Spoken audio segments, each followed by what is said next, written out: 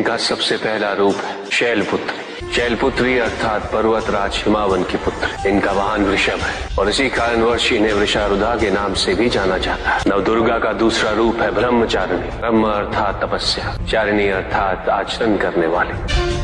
ये रूप उस ज्ञान व आचरण का प्रतीक है जिसके माध्यम से इन्होंने मुझे अपने पति के रूप में प्राप्त किया। नवदुर्गा का तीसरा रूप है चंद्रघंटा। मस्तक पे घंटे के आकार में आधा चंद्र। ये रूप अत्यंत शांतिदायक कल्याणकारी है।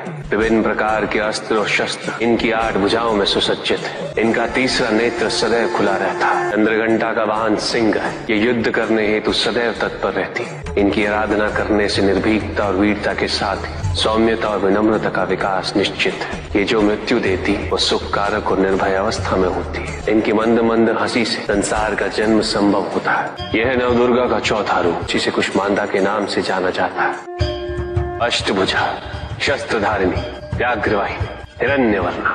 केवल यही है जो सूर्य के भीतर लोक में वास करती है। 10 दिशाएं इन्हीं से आलोकित है। जिनकी कृपा से मूर्ता भी ज्ञान सागर में परिवर्तित हो जाती है। वो है स्कंद माता अर्थात तुम्हारी माता। नवदुर्गा का 5वां रूप सिंह वाहिनी और इनकी उपासना द्वारा मोक्ष का मार्ग सुलभ होता है। जिस रूप में इन्होंने महिषासुर का वध किया वो कात्यायनी कहलाता है।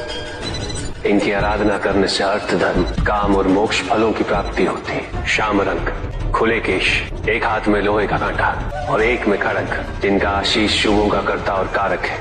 ये रूप काल रात्रि रूप कहलाता है। ये अंधकार का विनाश करते हैं। इनकी आराधना करने से असुरी शक्तियां भी भयभीत हो जाती हैं। श्वेत वर्ण, श्वेत वस्त्रों से सुसज्जित, चतुर्भुज, त्रिशूलधारी, तालवाद्य धारण करने वाली ये इस रूप में अपने उपासकों को अवदान देती। ये इनका महागौरी रूप है। माँ दुर्गा का 9वां रूप सिद्धदात्री कहलाता है। प्रकम्य, अशुद्ध, अशित्व, ये 8 सिद्धियां केवल इन्हीं की कृपा से प्राप्त हो सकती। मेरा अर्धनारीश्वर रूप इनके सिद्धदात्री रूप की ही देन है।